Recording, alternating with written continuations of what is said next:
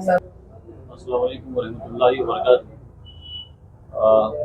गुज़िश्ता 29 जनवरी को वालिद मोहतरम अजमल खान साहब का इंतकाल हुआ।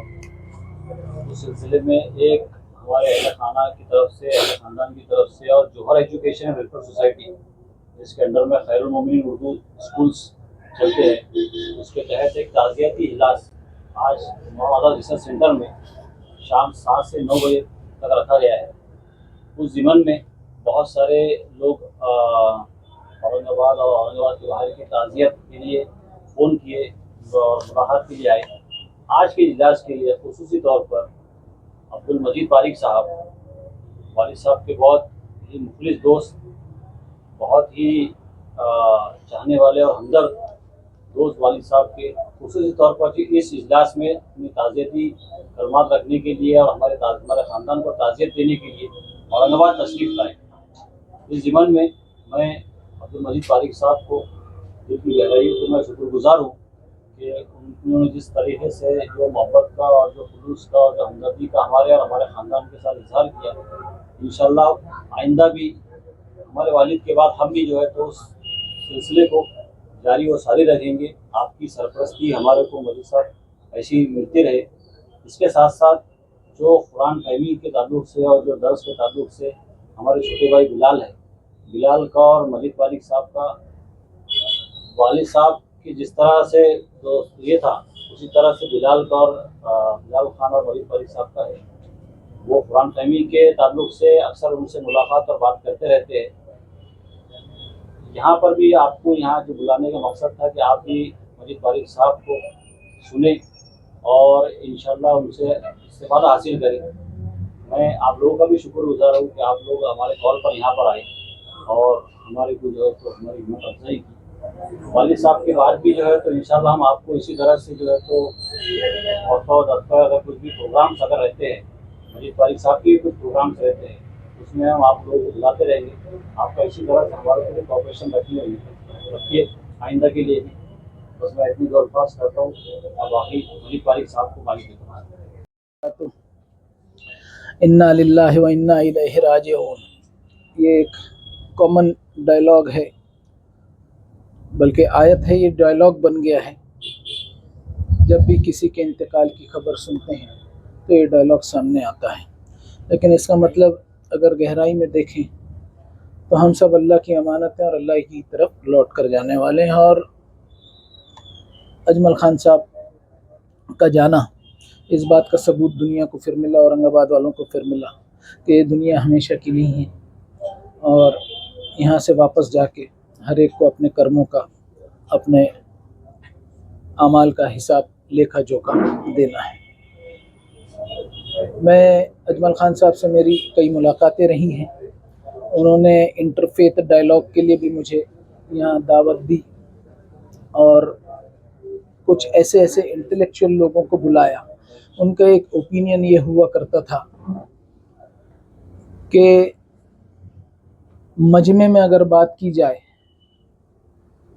हज़ारों का अगर मजमा हो, जमा करना बहुत आसान है, हज़ारों का मजमा जमा हो जाता है, लेकिन बात उसमें पेवस्त नहीं होती। इसलिए उनका हमेशा से ये ख्याल रहा करता था कि इंटेलेक्चुअल लोगों को बुलाया जाए, ओपिनियन मेकर्स को बुलाया जाए, कि वो लोग जो समाज को एक रुख देते हैं, एक मोड़ देते हैं, उन लोगों को बुलाया जाए कि जो अपना एक ओपिनियन बनाएं। तो मुझे कुरान शरीफ की एक आयत याद आई उनकी इस बात पर, मसना व फुरादा सुम्मा ततफक्कर, कि गौर व फिक्र जो है वो निजी मजलिसों में हो और इंटेलेक्चुअल लोगों के बीच में हो। और आप इतिहास के पन्ने पलट लें कि किसी भी सोसाइटी में और किसी भी सिविलाइजेशन में बिगाड़ आया है और तबाही और बर्बादी का वजह जो है वो जाहिल और आम आदमी नहीं होता, वो इंटेलेक्चुअल लोग होते हैं, ओपिनियन मेकर्स होते हैं। जब वहाँ बिगाड़ आ जाए तो जाहिल लोगों में, आप इसको डेरोगेटरी वर्ड ना समझिएगा, जहालत जो है वो ये है कि मालूम रहने के बावजूद उसके ऊपर अमल न करना। कुरान शरीफ की टर्मिनोलॉजी है।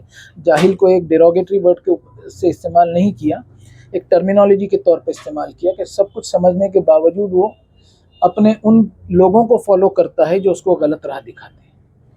تو انٹلیکچولیٹی جو ہے وہ وہاں پہ بغیر پرہار کیا جائے.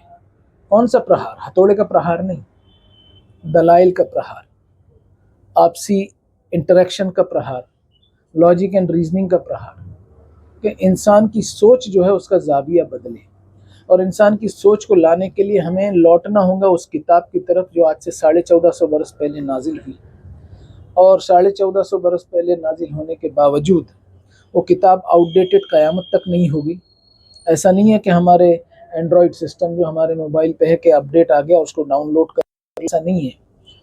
وہ ڈاؤن لوڈ ہو گئی ہے وہ کتاب، اس سے اپ ڈیٹ حاصل کرتے ہوئے ہمیں اپ ڈیٹ ہونا ہے کہ 2024 میں 2025 میں اس سے میں ہدایت حاصل کروں. اور قرآن مجید کا ایک آپ کو یہ بتا دوں، جو قرآن مجید بتاتا ہے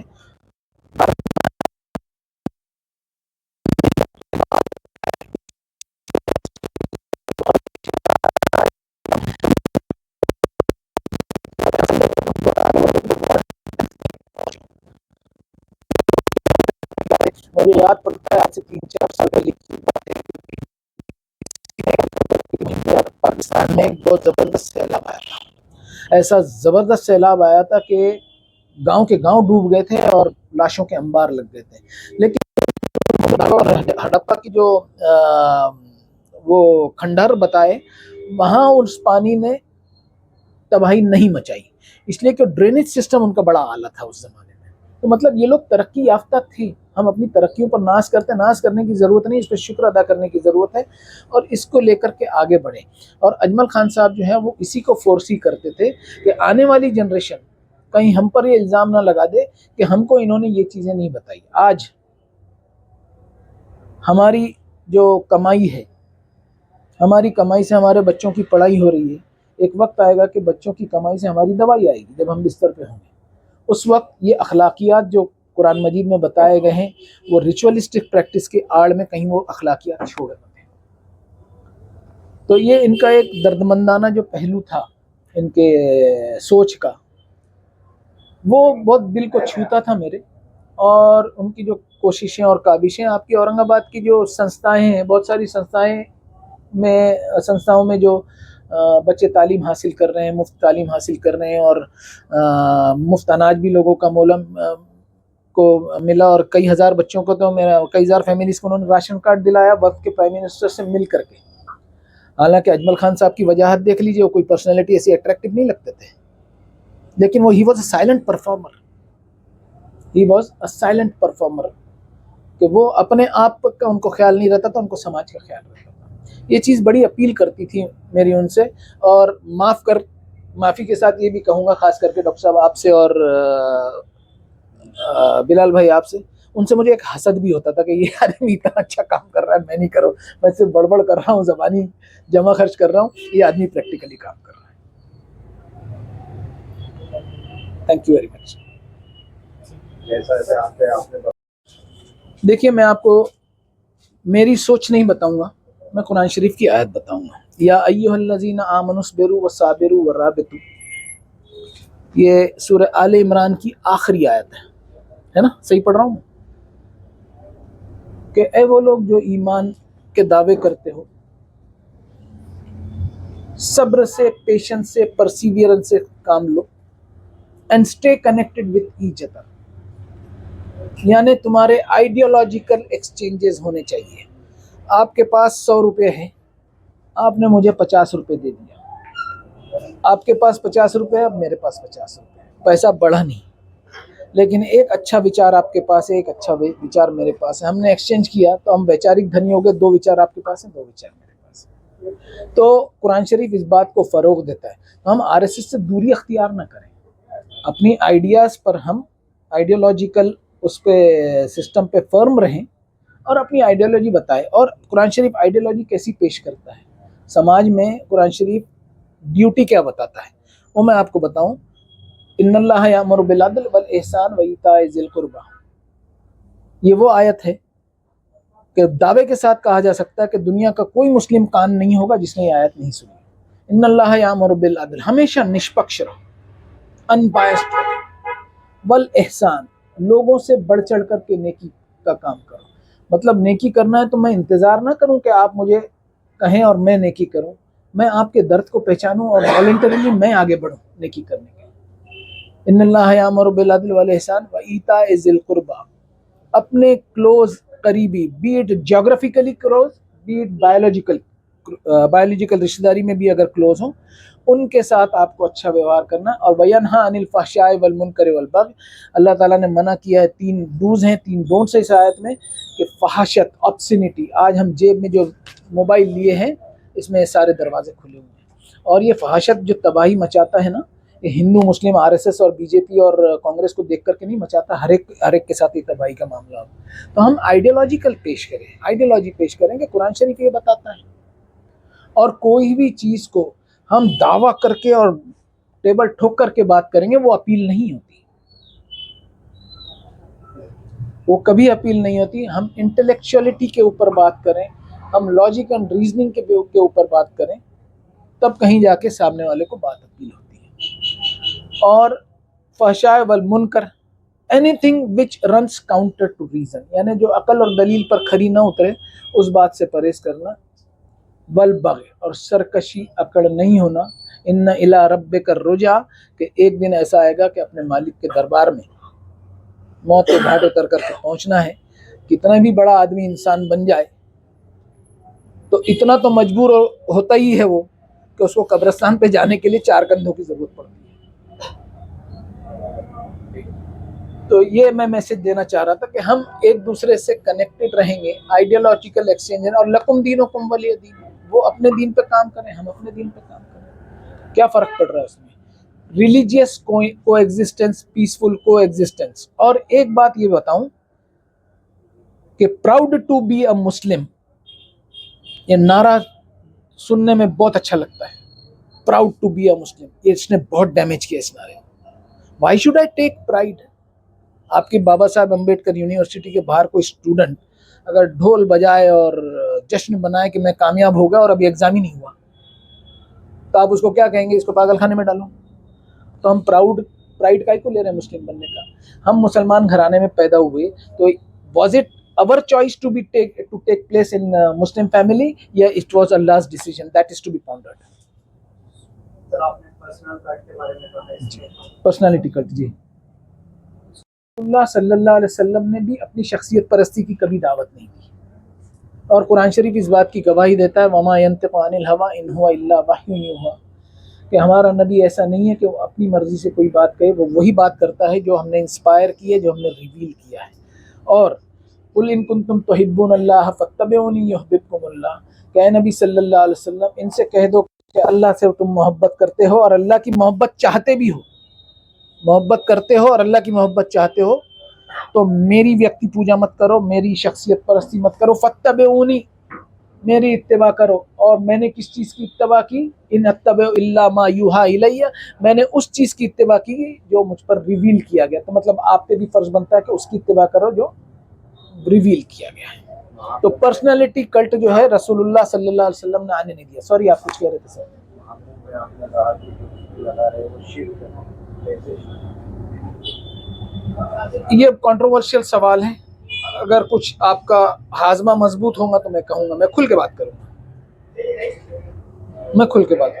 ایک بات بتائیے، زمزم کو پیدا کس نے کیا؟ گنگا جل کو پیدا کس نے کیا؟ زمزم بن گیا مسلمانوں کا، گنگا جل بن گیا ہندو کا، اور گنگا جل بن گیا ڈیوائن، زمزم ڈیوائن بن گیا. ان دونوں کو پیدا کرنے والا ایشور، اللہ، گاڈ، پرمیشور، جس بھی نام سے آپ پکاریں، وہ بیچارہ ابھی تک ڈیوائن بن ہی نہیں سکا.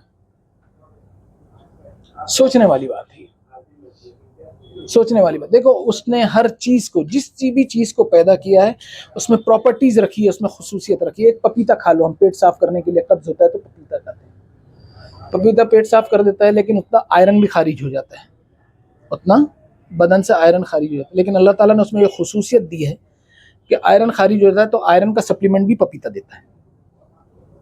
पेट साफ करने के साथ। तो अब पपीता डिवाइन हुआ कि अल्लाह ताला डिवाइन हुए, ये हम सोचें। अब इसमें पपीता ऑरेंज कलर का हो गया तो हिंदुओं का हो गया, और ग्रीन कलर का हो गया तो मुसलमानों का हो गया, ऐसा नहीं है। सभी एक ही मालिक के बंदे हैं। अब ये जो गुनाह माफ़ करवाने के जो पैकेज हैं, तो ये माफ़ करना हमारे यहाँ भी है कि इतने हज कर लो, इतने उम्रे कर लो, इनकी जेब काटो, इनकी जेब काटो, इनसे व्यवहार गलत करो, और उम्रा करके जा करके आप गुनाह माफ़ करा लो। तो नऊज़ु बिल्लाह सुम्मा नऊज़ु बिल्लाह, हमने अल्लाह ताला की रहमत को चैलेंज किया है। क्या चैलेंज किया है कि मेरे पास आज पैसा है, 2 लाख रुपए में उम्रा होता है, तो 2 लाख रुपए में मैं अपने गुनाह माफ़ करूँगा। मेरा ड्राइवर बेचारा जिसकी तनख्वाह ही 10-12 हज़ार रुपये है, उसके गुनाह तो ज़िंदगी भर माफ़ी नहीं होगा। ये क्या हमने लाछन लगा दी अल्लाह ताला की रहमत पर? मुझे ये बात हज़म नहीं होती। अगर ये आप देंगे, इसको नश्र करेंगे, तो मैं बहुत माफ़ी के साथ लोगों से अभी से माफ़ी मांग लेता हूँ कि आपके जज्बात को ठेस पहुँची होगी। देखिए कुरान शरीफ कहता है क़ूलू लिन्नासि हुस्नन व अक़ीमुस्सलाह, first become a best version of yourself. पहले अखलाक आप, बाद में मेरी नमाज पढ़ तू, बाद में मेरी इबादत कर। मुझे नहीं चाहिए तेरी इबादत अगर तुझ में ये अखलाकियात ना हो। तो ये गुनाह माफ़ करवाने के जो पैकेज है ना, हमको निडर बना दिया है क़यामत से। अरे भाई ये कर लो, ब्याज से सूद की रकम हलाल कर लो, और जब गोश्त खाना है तो हलाल गोश्त की दुकान ढूंढो, लेकिन हराम के कमाई से जो जेब भरी हुई है उससे हलाल गोश्त की दुकान हम ढूंढ रहे हैं। तो हम ये धोखा किसको दे रहे हैं? अल्लाह को दे रहे हैं कि अपने आप को? ये बहुत सख्त मैंने अल्फाज में कहा, I beg your pardon with, I beg एक सिंसियर एपोलॉजी मैं पेश करता हूँ अगर मैंने किसी के सेंटिमेंट को हर्ट किया, लेकिन गौर फिक्र जरूर करे आदमी। जी पत्रकारिता कैसी खबर जो है इस्लाम की रोशनी में पत्रकारिता कैसी खबर? बहुत अच्छा सवाल है। मौलाना अली मियां साहब के साथ मेरा उठना बैठना कई मरतबा हुआ है। उन्होंने एक बड़ा अच्छा जुमला कहा था कि दाएं हाथ से लिखो या बाएं हाथ से लिखो, दाईं तरफ से लिखने वाली ज़बान से लिखो या बाईं तरफ से लिखने वाली ज़बान से लिखो, हमेशा हक लिखो। देखिए पत्रकारिता के मामले में आपको बता दूं कि हमारी कलम जो है उसमें ये चीज़ होना चाहिए कि पढ़ने वाले को वे फॉरवर्ड मिले, उसको एक लाए अमल मिले, उसको एक राह सुझाई दे।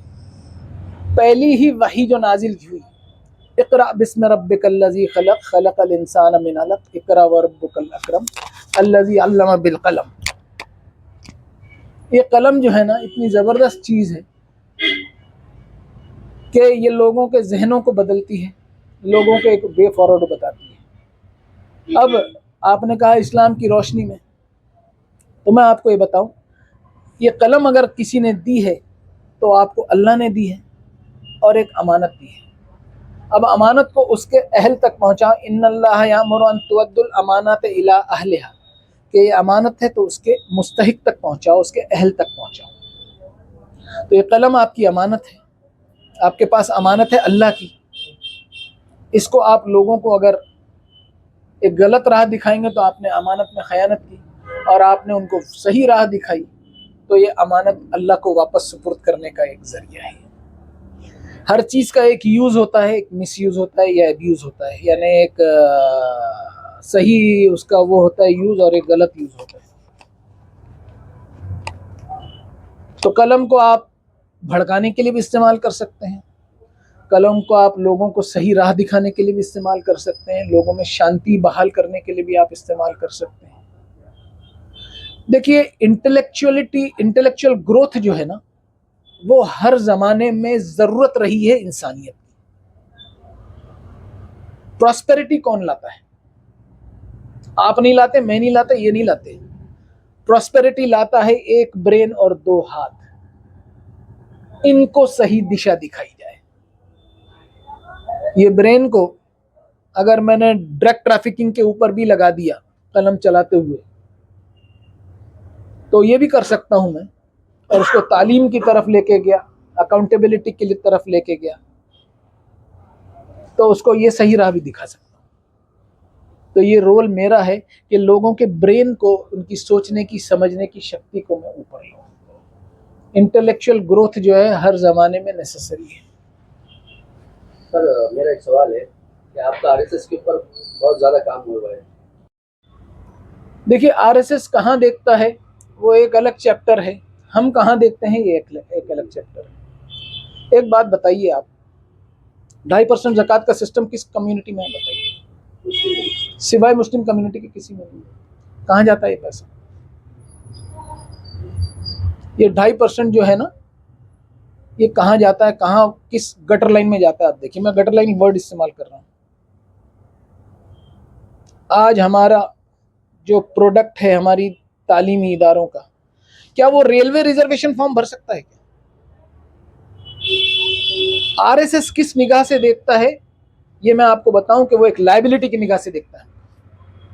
हमको प्रूव करना है कि हम एसेट बनेंगे इस मुल्क के लिए, और ये प्रूव हम उस वक्त दे सकते हैं जब हमारा 2.5% का जो करोड़ों रुपए का जो पैसा है वो फलाह में काम हो। कौन सी फलाह? लोगों को 2 वक्त की रोटी देकर के हलाल नहीं बनाना है, उनको चैलेंजेस फेस करने सिखाना है, उनको चैलेंजेस फेस करना सिखाना। आज आप एक बताइए, मुस्लिम कम्युनिटी आज मस्जिद में जाते हैं आप?